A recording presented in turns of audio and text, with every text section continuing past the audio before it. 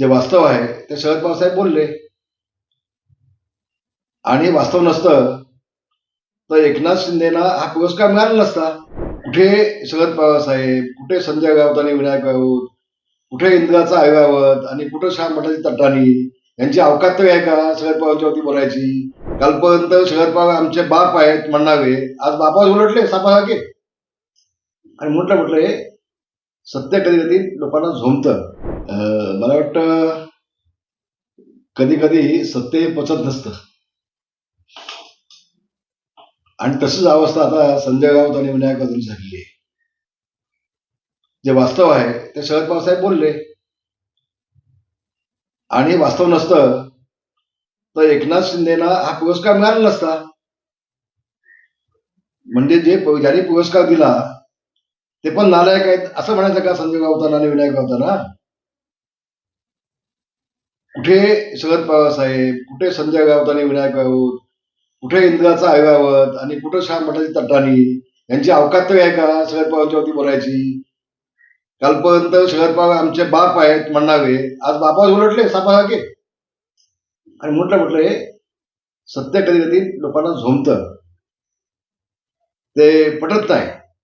उद्धव ठाकरेंचा सत्कार झाला असता तर त्यांना आनंद झाला असता, शरद पवार साहेब बोलले असतं तर त्यांना आनंद झाला असता. मग आता उद्धव ठाकरेंची कुवत आहे का, लायकी आहे का? आज समजेल ना त्यांना, आज पोहे सुद्धा आहेत काही, त्याच्यावर आता उद्धव ठाकरेची लायकी काय शिल्लक आहे ते कळेल ना. धोका तुम्ही दिला शरद पवार साहेबांना.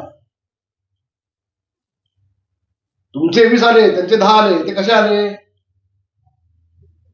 यांनी अख्खा आयुष्य राजकारणामध्ये काढले.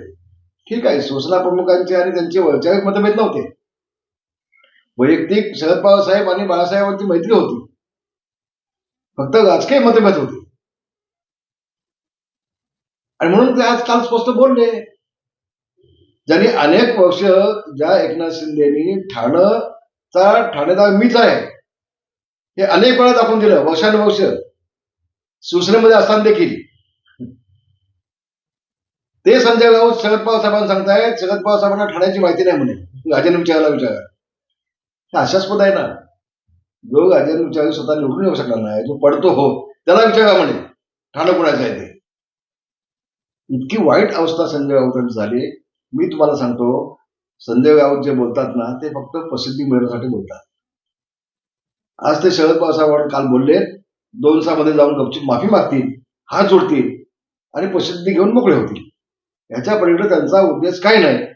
आणि एका दगडा 2 पक्षी मागायचे आणि पुन्हा मी तुमचाच वफादार आहे हो उद्धव साहेबांना टाकायचं, बघा मी किती तुमच्याशी प्रामाणिक आहे. तर हे फक्त प्रसिद्धीसाठी सतत नौटंकी आहे, याच्यामध्ये कुठलेही तथ्य नाही. शरद पवार साहेबांचा अभ्यास दांडगा आहे, प्रचंड आहे. अख्खं आयुष्य त्यांनी राजकारणामध्ये काढलंय. महाराष्ट्राचं नाही, ठाण्याचं नाही, संबंध देशाचा कानाकोपरचा त्यांना अभ्यास आहे. आपण कोणावर काय बोलतो याचं भान संजय राऊत साहेबांनी ठेवलं असतं तर बरं झालं असतं. धन्यवाद.